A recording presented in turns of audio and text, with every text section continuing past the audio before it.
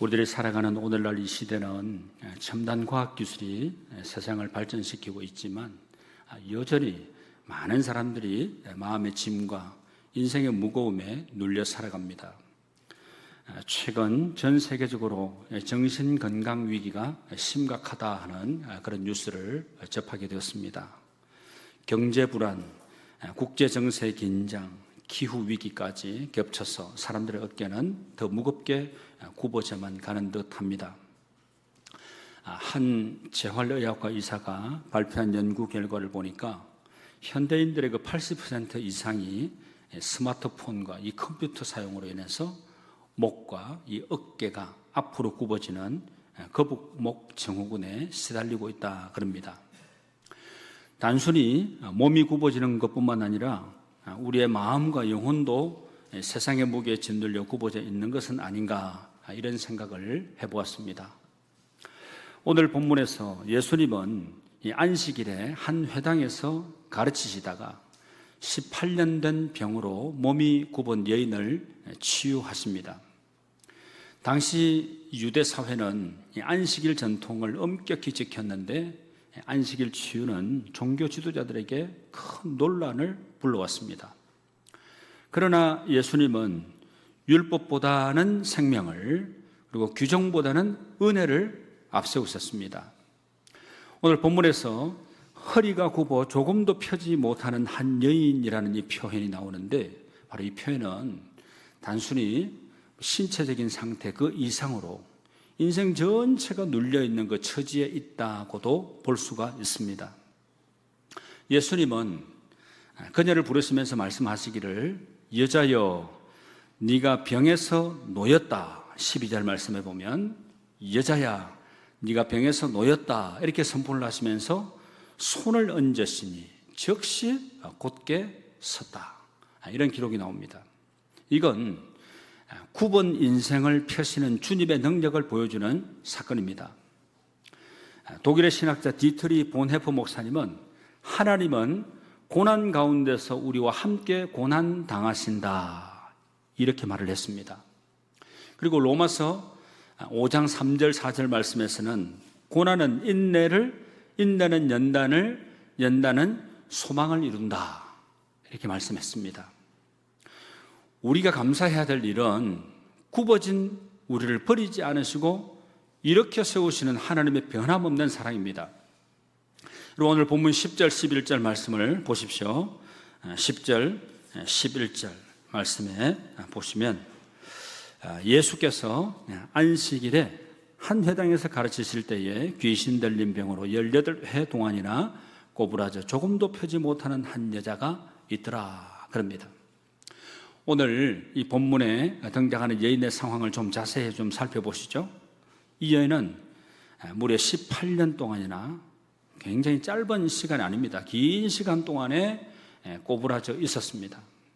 여기서 꼬부라져 하는 이 말은 이 헬라 원어적인 뜻은 함께 굽다, 구부러뜨리다 하는 의미인데, 이 말씀을 좀 풀어서 말씀을 드리면 단순히 몸이 굳어진 것이 아니라 완전히 구부러져서 펼 수 없는 상태입니다.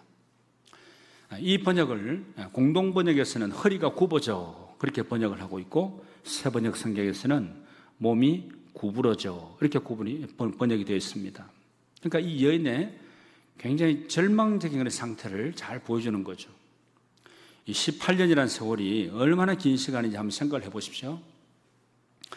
갓난아기가 고등학교를 졸업할 때까지의 그런 시간으로 생각해 볼 수 있지 않겠습니까?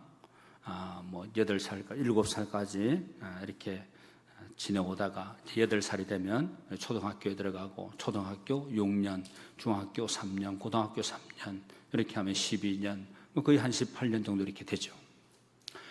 이 여인은 그 긴 세월 동안 이 하늘을 올려다 볼 수가 없었습니다. 오직 땅만 바라보면서 살아야만 했습니다. 사람들의 발등, 먼지만 보면서 지내야 했던 겁니다. 현대의학으로 보면 이것은 심한 척추측만증이나 척추염 같은 그런 질환으로 추정이 됩니다. 하지만 이 누가복음을 기록한 누가는 그 직업이 의사였지 않습니까? 의사 누가, 그러니까 누가는 의사였음에도 불구하고 이것을 단순한 질병이 아니라 11절 말씀에 보면 귀신 들린 병이다 이렇게 기록을 했습니다. 그러니까 이것은 영적인 차원의 문제임을 보여주는 거죠. 이 정신분석학자 칼 융은 몸의 정상은 때로 영혼의 언어다 이런 말을 했습니다. 이 한 여인의 그 굽어진 몸은 단순한 그 신체적인 질병을 넘어서 영적, 심리적 억압의 상징이었을 수 있습니다. 그러니까 18년간 사회로부터 소외가 되고 종교적으로도 부정한 존재로 여겨지면서 경제적으로도 어려움을 겪었을 겁니다. 여러분이 한 갤럽 조사에 따르면 우리 한국 성인의 27.5%가 우울감을 경험한다. 그렇게 결과를 내놓았습니다. 그런데 예수님은 눌린 우리를 부르시죠. 마태복음 11장 28절 말씀에 수고하고 무거운 짐진 자들아 다 내게로 오라. 주님의 초청의 말씀입니다. 여러분 오늘 본문에 나오는 이 여인에게는 한 가지 놀라운 점이 있었습니다. 18년간 굽어져 있었음에도 불구하고 여전히 회당에 나와서 예배를 드리고 있었다는 겁니다. 이게 바로 신앙의 힘인 거죠. 절망적인 상황에서도 하나님을 향한 마음만은 굽히지 않았던 것입니다. 오늘 굽어져 있는 허리임에도 불구하고 예배당에 나와서 예배를 드리고 있는 이 여인,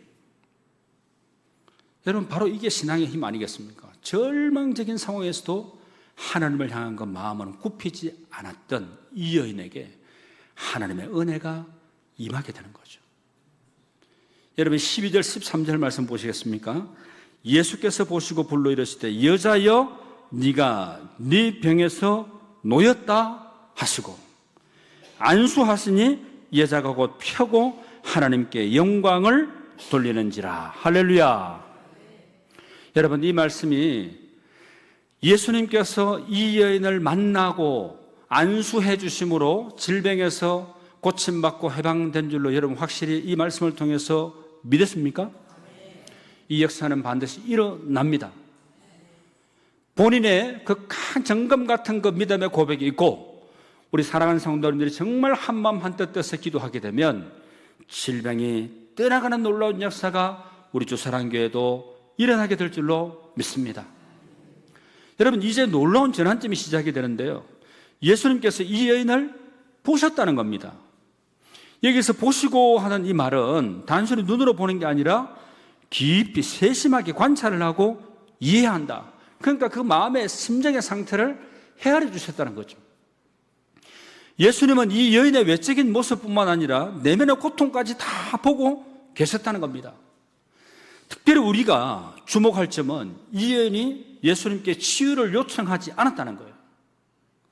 다른 치유 기적들을 보면 대부분 당사자나 주변 사람들이 예수님께 도움을 요청했습니다. 제발 제 친구를 좀 고쳐주세요. 살려주세요. 내 딸이 죽어갑니다. 내 아들이 죽었습니다. 살려주세요. 다 보통 이렇게 요청을 하지 않습니까? 그런데 이 여인은 아무 말도 하지 않았습니다. 아마도 18년간의 그 절망 속에서 더 이상 기대할 것이 없다고 포기한 상태였는지도 모르겠습니다. 그런데 예수님께서 먼저 그녀를 불러주셨습니다. 가까이 부르다, 초청하다는 그런 의미인데 이것은 하나님의 선제적인 은혜를 보여줍니다. 여러분 신학적인 용어인데 한번 따라해 보셨습니까? 하나님의 선제적 은혜. 그렇습니다. 내가 뭔가를 취하고 얻기 위해서 내가 앞에 앞장서서 하는 게 아니라 내가 하기 이전에 훨씬 이전에 하나님께서 먼저 움직이셨다는 거죠. 하나님이 보고 계시고 하나님의 내 마음의 상태를 헤아려 주시고 지금의 이 상태에 어떤 도움의 손길이 필요한지를 주님께서 너무나도 잘 알고 계신다. 그래서 여러분 이렇게 항상 고백하시면 좋겠습니다. 이렇게 고백 한번 해보시죠. 나보다도 나를 더 잘 아시는 주님. 그렇습니다. 나보다도 나를 더 잘 아시는 주님 앞에 모든 문제를 내어놓아야 되지 않겠습니까? 여기서 놓였다 하는 이 말은 완전히 자유롭게 하다, 석방하다 그런 의미입니다. 이것은 단순히 치유, 그 이상의 완전한 해방을 의미하는 거죠. 이걸 법적인 용어로 무죄 석방을 선언할 때 쓰는 단어이기도 합니다. 여러분, 구속되어 있던 사람이 무죄입니다 하고 이 석방이 되면 얼마나 기쁨이 크겠습니까? 여러분, 그리고 예수님은 그녀에게 안수하셨다 그럽니다. 손을 얹었다는 거죠. 말씀만 하셔도 여러분, 천지 만물을 창조하신 주님 아닙니까? 그래서 손을 얹었다 하는 이 말은 여러분, 18년간 아무도 만져주지 않았던 그 굽어진 몸에 예수님의 따뜻한 손길이 닿았습니다. 의학에서도 치료적 접촉이라는 말이 있는데 이 치료적 접촉의 중요성을 강조하는 겁니다. 그러니까 연구 결과에 의하면 사랑하는 사람의 따뜻한 손길이 실제로 치유 효과를 가져온다는 겁니다. 여러분, 오늘 예배를 마치고 나가실 때 꼭 손을 한번 잡아주세요. 손을 한번 쫙 잡아주시고 사랑하는 마음을 담아서, 따뜻한 마음을 담아서 손을 한번 쫙 잡아주세요. 너무 세게 잡지 마세요. 아프니까. 충분히 부드럽게 잡아도 그 마음에 그 따뜻함은 전달이 됩니다. 여러분, 그런데요, 이 결과가 어떻습니까? 즉각적으로 나타나게 되면 곧 펴져서 이렇게 말씀하죠. 곧 펴졌어. 그러니까 즉시 그 순간에 이런 의미인데, 즉 18년간의 그 굽어진 삶이 한순간에 펴진 겁니다. 그리고 그 여인의 첫 번째 반응이 무엇이었습니까? 할렐루야, 하나님께 영광을 돌렸다는 겁니다. 여러분, 한번 외쳐보시죠. 할렐루야, 하나님께 영광을 돌립니다. 이거 하나면 됩니다. 이거 하나면 돼요. 여러분, 이어지는 14절에서 17절 마지막 절까지 보면 이제 회당장이 예수께서 안식일에 병 고치시는 것을 분내어 무리에게 이르되 일할 날에 예세가 있으니 그 동안에 와서 고침을 받을 것이요 안식일에는 하지 말 것이니라 하거늘 주께서 대답하여 이르시되 외식하는 자들아, 너희가 각각 안식일에 자기의 소나 나귀를 외양간에서 풀어내어 이끌고 가서 물을 먹이지 아니하느냐. 안식일에 일을 하면 안 되는데 이렇게 하니까 너희들은 하는 게 있지 않느냐, 이렇게 얘기하시는 거예요. 여러분, 놀라운 치유의 순간에 찬물을 끼얹는 사람이 나타났죠. 바로 회당장이었습니다. 그는 이 기적을 보고도 기뻐하기는커녕 오히려 분을 냈다, 이렇게 기록을 하고 있습니다. 회당장의 논리는 표면적으로는 합당해 보였습니다.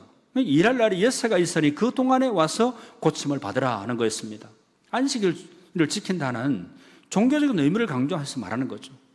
하지만 예수님의 응답은 날카로웠습니다. 여러분, 15절 말씀 다시 보십시오. 같이 한번 읽어보시죠. 주께서 대답하여 이르시되 외식하는 자들아, 너희가 각각 안식일에 자기의 소나 나귀를 외양간에서 풀어내어 이끌고 가서 물을 먹이지 아니하느냐. 외식하는 자들아. 여러분, 이 말은, 표현은, 이 원어적인 원뜻은요, 가면을 쓴 연극 배우라는 그런 의미가 있습니다. 그러니까 겉으로는 경건한 척 보이지만 실제로는 하나님의 마음과는 거리가 먼 사람들을 가리키는 거죠. 그러니까 예수님은 매우 논리적인 비교를 하셨습니다. 소나 나귀 같은 짐승도 안식일에 물을 먹이는데 하물며 하나님의 형상으로 지음받은 사람이 18년간이나 고통을 받고 있는데 안식일이라는 이유로 치유받지 못한다는 것이 말이 되느냐, 이 말인 거죠. 그리고 여러분, 16절 말씀 보십시오. 그러면 18회 동안 사탄에게 매임받은 이 아브라함의 딸을 안식일에 이 매임에서 푸는 것이 합당하지 아니하냐 그랬습니다. 이것이 예수님은 이 여인을 아브라함의 딸이라고 부르셨습니다. 이런 그녀가 하나님의 언약 백성임을 강조하는 표현인 거죠.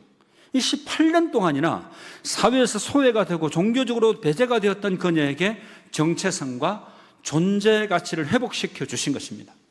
매임바된 바로 이 표현은 밧줄이나 쇠사슬로 묶인 상태를 의미합니다. 그리고 풀어준다, 이 말은 매듭을 풀다, 해방시키다는 뜻입니다. 그러니까 예수님은 안식일의 참된 의미가 바로 이런 해방에 있다, 이렇게 가르치신 겁니다. 결과가 명확하지 않습니까? 여러분, 17절 말씀에 예수께서 이 말씀을 하심에 모든 반대하는 자들은 부끄러워하고 온 무리는 그가 하시는 모든 영광스러운 일을 어떻게 했다고요? 기뻐하였더라. 하니라. 아멘. 진리 앞에서 거짓된 종교적인 행식주의는 힘을 잃었습니다.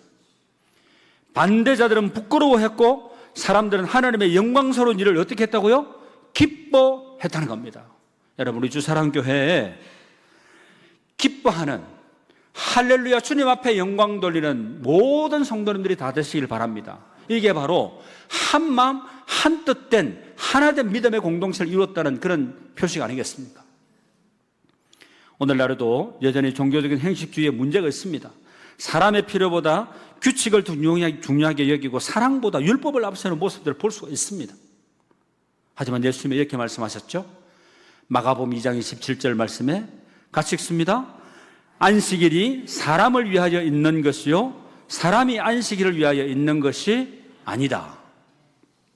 여러분, 미국의 사회학자 로버트 퍼트넘이라는 분은 홀로 볼링이라는 그 책을 썼는데, 이 홀로 볼링이라는 책에서 현대 사회 공동체 의식 약화를 지적을 하면서 개인주의 그 심화로 인해서 사회적인 자본이 고갈되고 있다, 이렇게 경고의 말을 했습니다.